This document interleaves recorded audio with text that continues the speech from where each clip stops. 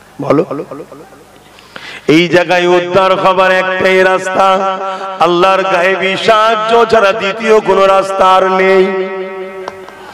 আর আল্লাহর গায়েবী সাহায্য অর্থাৎ ফারিস্তা পাঠাবে আল্লাহ। ফারিস্তা যে পাঠাবে তুমি আমি কি ফারিস্তাদের নিবার উপযুক্ত?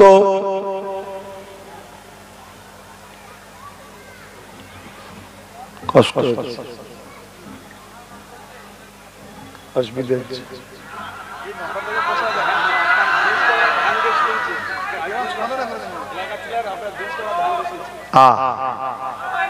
এই রোদে আল্লাহ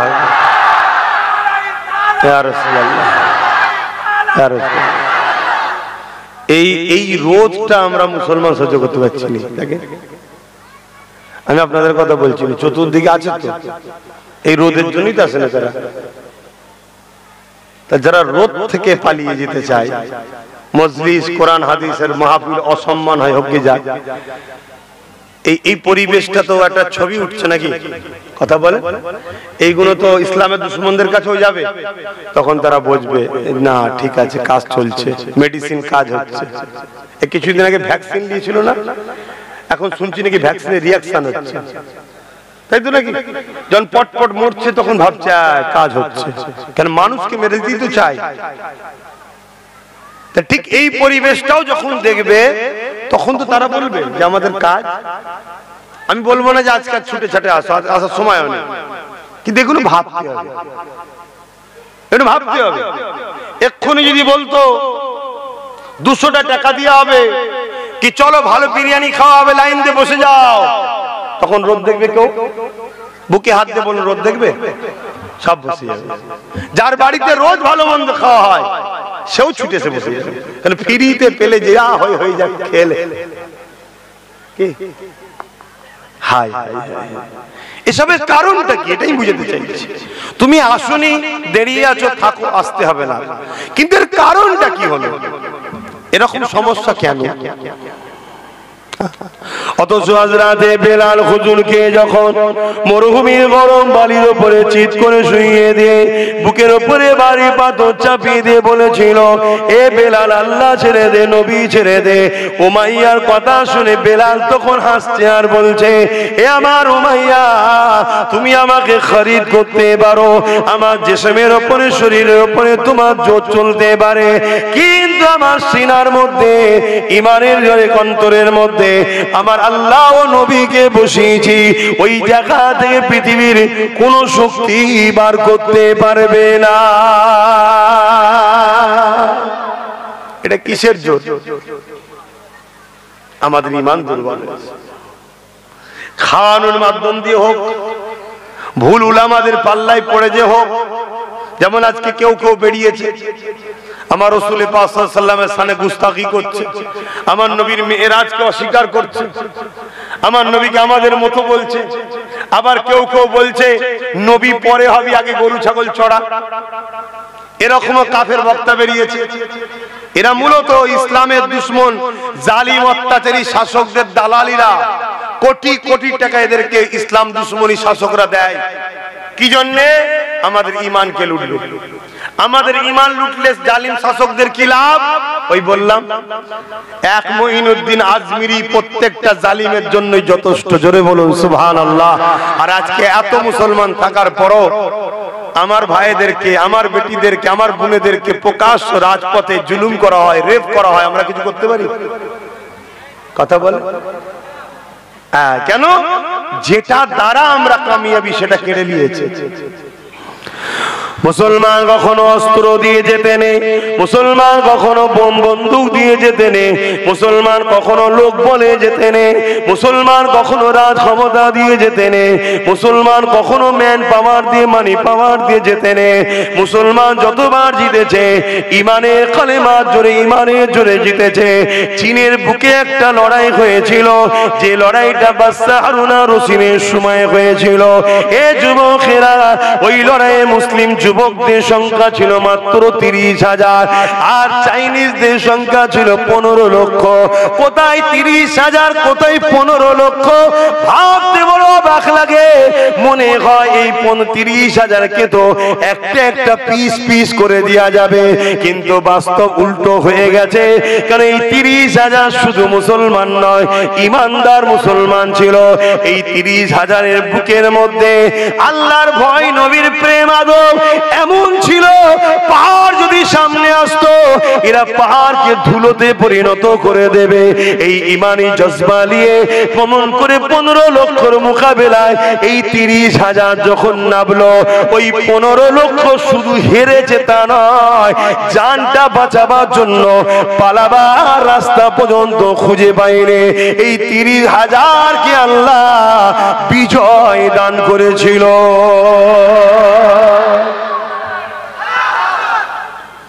আমাদের কি দশা? তাহলে আমাদের মধ্যে নিশ্চয়ই ইমানের পাওয়ার দুর্বল, আর নাই কেড়ে নিয়েছে। তো কারা কেড়বে? অমুসলিমরা পারবে? এর জন্য ইসলামের দুশ্মন শাসক যারা, তারা কোটি কোটি টাকা ব্যয় করছে, ডলার ব্যয় করছে। উলামা সুরাতে, মুফতি সুরাতে, মাওলানা সুরাতে তাদেরকে খরিদ করা হচ্ছে। যাও ওয়াজ করো, নামাজের কথা বলো, দাড়ির কথা বলো, টুপির কথা বলো, সব বলো। মুহাম্মদ রাসূলের প্রেম আদবটা থেকে সরাও। বলো রাসূল পাক সাল্লাল্লাহু আলাইহি ওয়াসাল্লাম ছাগল চড়াতো, গরু চড়াতো, নবী রাখাল ছিল। বলো নাউজুবিল্লাহ। কেউ যদি রাসূল রাখাল ছিল বলে, এই কথাটা যদি বলে, আর বাকি যারা চুপ করে বসে শুনবে, তার মানে কথাকে অ্যাকসেপ্ট করলো। চুপ থাকা মানে কি মেনে লিয়া? তো সব কটার ইমান চলে যাবে। কি প্ল্যানটা চলছে বুঝতে পারছেন? তাই আমি এতটুকুই বলে যাব, কেন আমি ঠিকভাবে বুঝাতে পারলাম না, গুছিয়ে বলতেও পারলাম না। আমি এতটুকু বলে যাব, ঈমান বাঁচান। ঈমান বাঁচবে কি করে? সিনার পাওয়ার। নবী আল্লাহকে ভয় করুন, আল্লাহ ছাড়া দ্বিতীয় কাউকে ভয় করবেন না। এই তো আমি কখনো আপনাদের এখানে এসেছি, কথা বলেন, আপনারা কেউ আমাকে মানেন কি ভালোবাসেন, কেউ চিনি আমি আপনাদের কাউকে? আল্লাহকে ছাড়া কাউকে ভয় করি না, তে হক কথা বলে গেলাম। কিন্তু আরো বলতাম, কিন্তু আপনারা বলতেই দিলেন না। একটা একটা বদমাইশ, আর সময় নেই, একটা একটা বদমাইশ দেখেন, কালো জামার পিছনে এখনো বদমাইশি করছে। এই যে খালি নাই, আপনাদেরই ছেলে, আপনাদেরই ছেলে। এই সব মুসলমানদের ওয়াজ করার জায়গা নয় এটা।